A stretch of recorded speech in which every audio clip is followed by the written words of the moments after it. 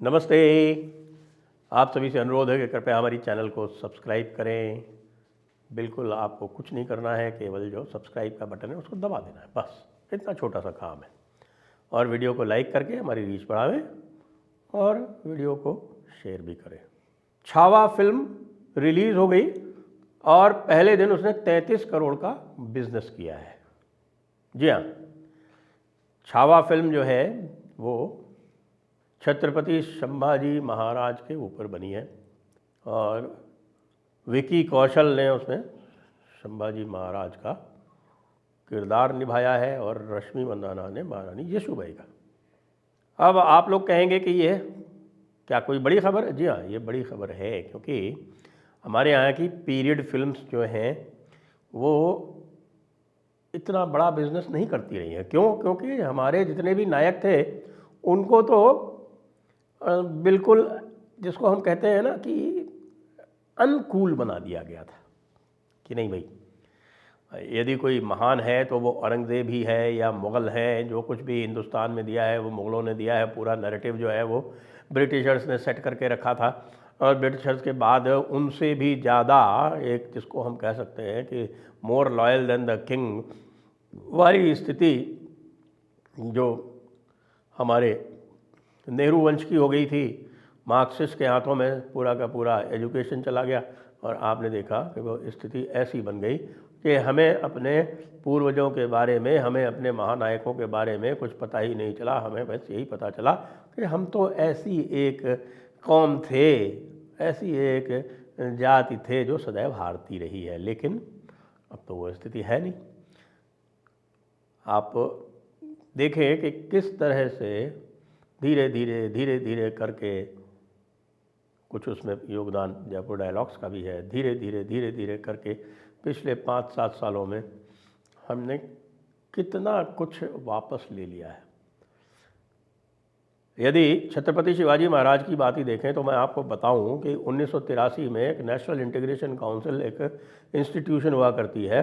उस national integration council में इंदिरा गांधी जी के नेतृत्व में वो मीटिंग हुई, तो उसके जो मिनट्स हैं उसमें ये ऑफिशियली लिखा गया कि आप छत्रपति शिवाजी महाराज को अधिक महिमा मंडित न किया जाए।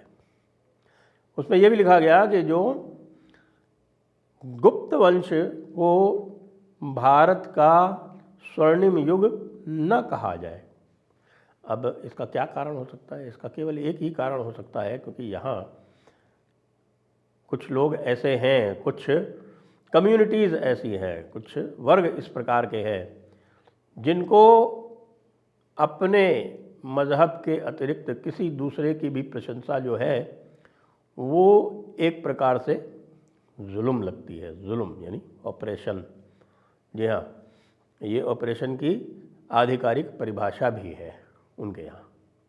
आप यदि नहीं मानते तो कृपया देख लीजिए, कुरान 2.254 साफ लिखा हुआ है कि जालिम का मतलब काफिर।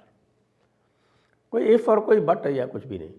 तो ऐसी एक जो स्थिति बन गई थी, उसमें से यदि कश्मीर फाइल्स आती है, जिसको मैं कह सकता हूँ कि शायद ट्रेंड उसी ने सेट किया, लेकिन कश्मीर फाइल्स भी जो थी वो एक 20-30 साल पुरानी घटना के ऊपर ही थी। लेकिन छत्रपति संभाजी महाराज की जो भी जीवनी है वो 250 वर्ष, लगभग 250 वर्ष पुरानी बात है ये। और लगभग 250 वर्ष पुरानी बात को आप ये देखिए कि महाराष्ट्र में किस प्रकार से एक संभाजी ब्रिगेड बनाई गई थी। और संभाजी ब्रिगेड का केवल एक ही कार्य था। वो कार्य ये था कि वो ये बतावे कि भाई शिवाजी महाराज जो थे वो सबके लिए नहीं बल्कि कुछ विशेष वर्गों के विरोध में थे। वो आपस में वैमनस्य बढ़ाने का एक कार्यक्रम बनाया गया था और उसके जो कर्णधार थे वो बताया जाता है, जो लोकप्रिय मान्यता है महाराष्ट्र में वो ये है कि शरद राव पवार ही उसके लोकप्रिय उसके कर्णधार थे। और उन्होंने छत्रपति शिवाजी महाराज को भी केवल मराठों का नायक बना के रख दिया, जबकि जो मराठा की जो पूर्व परिभाषा है छत्रपति शिवाजी महाराज की, उस पूरे क्षेत्र में जो भी रहता है वो मराठा है। तो छत्रपति शिवाजी महाराज या छत्रपति संभाजी महाराज या छत्रपति शाहू महाराज, उन्होंने कभी भी वहाँ यह नहीं सोचा कि जो पेशवा हैं वो मराठा नहीं है। लेकिन आज की परिभाषा में ब्राह्मण मराठा में नहीं आता, वो अलग अलग हो गए हैं। तो ये सारा कार्यक्रम जो है बहुत ही सिस्टमैटिक तरीके से, जिस प्रकार से हमारे आप जानते हैं, अब तो यूएस एड की कारनामे भी सबके सामने आ गए हैं।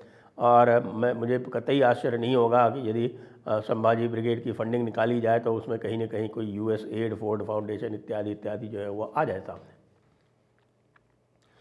तो इस प्रकार से कलुषित वातावरण था कि मैंने एक बार अपने एक टॉक शो में समर्थ स्वामी रामदास जी का उल्लेख करते हुए उनको यदि छत्रपति शिवाजी महाराज का गुरु बताया, तो महाराष्ट्र से कई लोगों की गालियां आ गई उसमें। ये इस प्रकार से नैरेटिव वहाँ बनाया हुआ है कि वो अब जो सत्य है उसको भी मानने के लिए तैयार नहीं है, क्योंकि सत्य को भी पूरी तरह से उलट दिया गया। लेकिन अब तो भाई ये जैसे जो छावा को देख रहा हूँ मैं, उसको देख के तो अब ये पूरी तरह लग रहा है कि सनातन धर्म तो अब कूल हो गया भाई, बिल्कुल कूल। इतना कूल कि अब महाकुंभ हुआ तो उसमें आपने देखा कि वहाँ पर जो तथाकथित जो पॉपुलर एक्टर एक्ट्रेसेस हैं, और जो कि आप कहें कि साहब जिनको कहा जाता है कि वो भारतीय सेक्युलरिज्म की प्रतिमूर्ति है, क्योंकि भारतीय सेक्युलरिज्म जो है वो वेस्टर्न सेक्युलरिज्म नहीं है। भारतीय सेक्युलरिज्म का मतलब होता है हिंदू धर्म से घृणा, हिंदू धर्म को अंधविश्वास मानना। क्यों अंधविश्वास मानना? क्योंकि ऐसा ही जो हमारे यहाँ का जो पूरा क्रिश्चियन एजुकेशन है जो चल रहा है, उसने यही सिखाया है कि सुपरस्टिशन का मतलब होता है हिंदू रीति रिवाज। और बाकी तो आपको पता है कि क्रिश्चियन रीति रिवाज तो वो तो बिल्कुल 16 आने सत्य हैं, खरे हैं। लेकिन यदि कोई हिंदू धर्म रिवाज है तो बॉलीवुड ने भी उसको इसी प्रकार से प्रचारित किया। उसमें जो है वो ब्राह्मण ढोंगी होता है और पाखंडी होता है, और हमारे रीति रिवाज जो है वो अंधविश्वास होते हैं। लेकिन महाकुंभ में नहाना अंधविश्वास है, लेकिन अगर बैप्टिज्म कराने के लिए पादरी आपको पानी में डाल देता है तो वो तो भाई वो तो गॉड का काम है। ये सब होते हुए स्थिति यहाँ तक बन गई थी। लेकिन अब के हमने देखा कि महाकुंभ में अमिताभ बच्चन भी पहुँच गए, अभिषेक बच्चन भी पहुँच गए, जया भादुरी नहीं पहुँचे। क्योंकि अब तो उनको जया बच्चन कहलाने में भी आपत्ति है। वो भी पहुँच गए। छावा के विकी कौशल तो पहुँचे ही, अब उनको कुछ भी कहे, वैसे विकी कौशल पहुँचे। और आपके रणबीर और आलिया भी पहुँच गए। तो ये दिखा रहा है कि भाई अब सनातन जो है वो हो गया है कूल। तो इस कूल सनातन का अब हमें आगे किस प्रकार से प्रचार प्रसार करना है वो देखने वाली बात है। छावा जैसी अन्य और भी मुझे लगता है कि आनी चाहिए फिल्में। अभी तो छत्रपति शिवाजी महाराज के ऊपर ही कोई ऐसी बड़ी बजट की फिल्म नहीं बनी। महाराणा प्रताप पर आज तक कोई ऐसी फिल्म बड़ी नहीं बनी है। और सबका कुछ सब कुछ जानते हुए रामायण और महाभारत की लोकप्रियता दूरदर्शन पर क्या थी ये सब जानते हैं। उसके उपरांत भी किसी बड़े बजट की फिल्म नहीं बनी, चाहे वो भगवान राम पे हो या भगवान कृष्ण पे हो, महाभारत पे हो, किसी और पात्र पे हो, द्रौपदी पे हो। द्रौपदी तो एक बड़ा रोचक पात्र है महाभारत का, बल्कि पूरी की पूरी महाभारत घूमती ही द्रौपदी के आसपास है। वो भी नहीं बनी। क्यों हुआ ऐसा?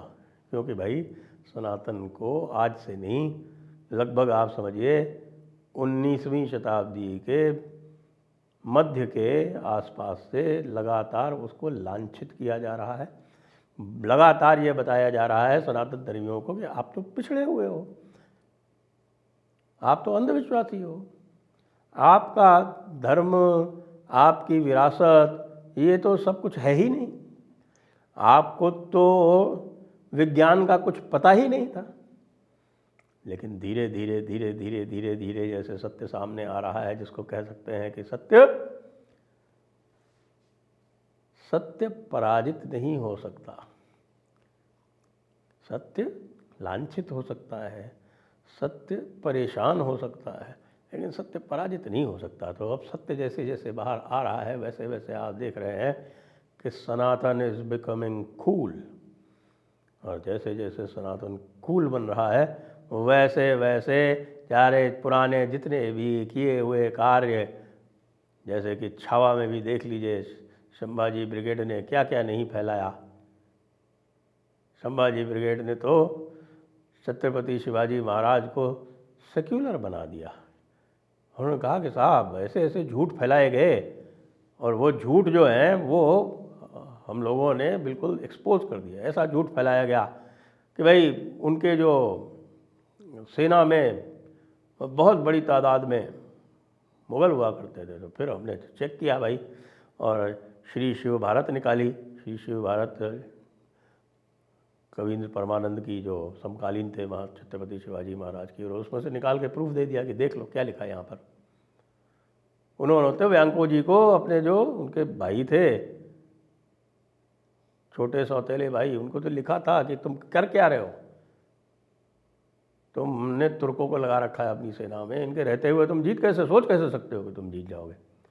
उन्होंने नेताजी पालकर और बजाजीराव निम्बालकर, जिनको कि ज़बरदस्ती पकड़ के मुसलमान बनाया गया था औरंगज़ेब द्वारा, उनकी वापस घर वापसी करवाई। घर वापसी के प्रणेता तो छत्रपति शिवाजी महाराज हैं। तो छत्रपति शिवाजी महाराज और छत्रपति संभाजी महाराज की गाथाएं जब यहाँ जन जन में गूंज रही हैं और लोकप्रिय हो रही हैं, तब तो हम ये कह सकते हैं कि भाई अब तो सनातन का उद्धार होके रहेगा, कोई नहीं रोक सकता। जैसे अभी हमारे यहाँ कहा था कि जियो तो छत्रपति शिवाजी महाराज की तरह, टी राजा सिंह ने कहा था ये कि जियो तो छत्रपति शिवाजी महाराज की तरह और मरो तो छत्रपति संभाजी महाराज की तरह। जय हिंद, जय भारत, वंदे मातरम।